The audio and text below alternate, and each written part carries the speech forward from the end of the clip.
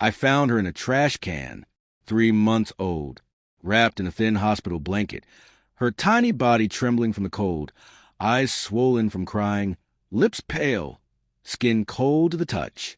I stood there in that park, frozen, my mind unable to process what I was seeing. My baby, my daughter, abandoned like garbage. Then the scream tore out of me before I even realized I was breathing again. I fumbled for my phone, fingers shaking, and called 911. My voice cracked as I gave them the location. And then, before I could stop myself, I dialed my wife. She picked up on the first ring, voice soft, sweet, like nothing was wrong. "She's napping," she whispered. "Why are you whispering?" The words burned my throat as I asked them, and that's when I felt it, the rage, a heat that rose behind my eyes, sharp and blinding, splitting me in two. Her name is Ava. We chose that name together. Or rather, I chose it, and Nora smiled as if it meant something, as if I mattered. From the outside, our life was a picture. White walls, polished wooden floors, coffee in the mornings, ultrasound photos framed like art. Nora was warm, graceful, admired by everyone. The kind of woman who made you feel lucky just standing next to her. But there were cracks. Small, hairline fractures no one else noticed. The way she looked past me during midnight feedings. The way her hands never lingered when she held Ava. Excuses, always excuses. Headaches, fatigue. Postpartum, I told myself. Be patient. Be kind. She just needs time. When the doctor told me Ava would be okay, mild hypothermia, some bruising, but alive, I felt my knees nearly give out from relief. But Nora? She didn't come to the hospital. She didn't call. She didn't even file a missing persons report.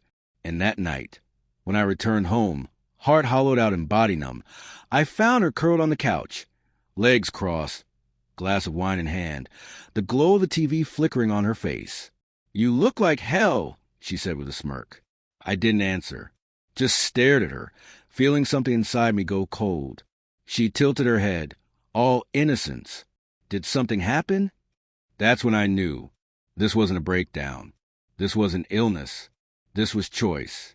This was intent. The police came later. I didn't press charges. Not yet. I called a misunderstanding, a custody mix-up. I even smiled at them, though it made me sick, because I wasn't going to give Nora the satisfaction of seeing me fall apart.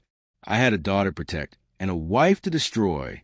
So I began, quietly, methodically, cameras hidden in plain sight, behind books, tucked into light fixtures, inside Ava's old mobile. I recorded it all. The neglect, the coldness, the way she left Ava's cries unanswered. Then I followed the money. Small transfers, drip by drip, to an account I hadn't known about. Tens of thousands siphoned from my business, hidden away. She wasn't planning a future with us. She was planning an escape. Clean, free, childless, funded by money that wasn't hers. I knew her weakness, appearances, so I gave her the illusion she craved. I forgave her, or at least I made her believe I did. I cooked for her. I apologized for being too emotional. I booked us therapy, took smiling selfies at the park, holding Ava in my arms while Nora clung to my side. She believed it. She believed she was in control. But underneath, I was building my case. I hired a lawyer, the quiet kind, the kind who works in shadows and doesn't ask unnecessary questions. We gathered evidence, prepared witnesses, drafted custody filings. I froze the joint accounts, shifted my company shares, filed for divorce anonymously through a proxy. And then I waited. It all fell apart on a Thursday morning. She woke to find the locks changed, her name wiped from every account. A court summons pinned to the front door with a bright red thumbtack.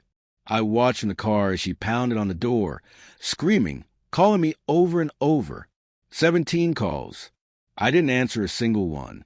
I dropped Ava off at my mother's, then went to the courthouse. She was already there, dressed in soft cream, makeup perfect, tried to look like the wronged woman. She had no idea what was coming. The judge listened as I spoke. Calm, steady. I didn't yell. I didn't break down. I submitted footage, bank records, the doctor's report. I showed the emails, cold, calculated plans she'd made with a divorce attorney months before Ava was even born. And then I gave them the final piece. A recording. Ava crying. The clatter of a trash can lid closing. Nora's voice on the phone, casual, cruel. It's better this way. I never wanted the baby anyway. The room went silent, the kind of silence that suffocates. Nora's face cracked. Just for a second. The ruling was swift. Full custody to me. No visitation. Her accounts frozen. Investigations open, criminal charges pending. She collapsed in the hallway afterward, sobbing, begging, pleading. I walked past without a word. "You set me up," she cried after me. I stopped, turned, looked her dead in the eye. "No," I said, voice low. "You threw your daughter away. I just made sure the world saw it. Now Ava sleeps peacefully, safe and loved. And the woman who tried to erase her? She'll spend the next decade explaining why she isn't allowed near children. She underestimated me. She thought love made me weak. But it didn't. It made me focused, precise. Please, subscribe and share this story.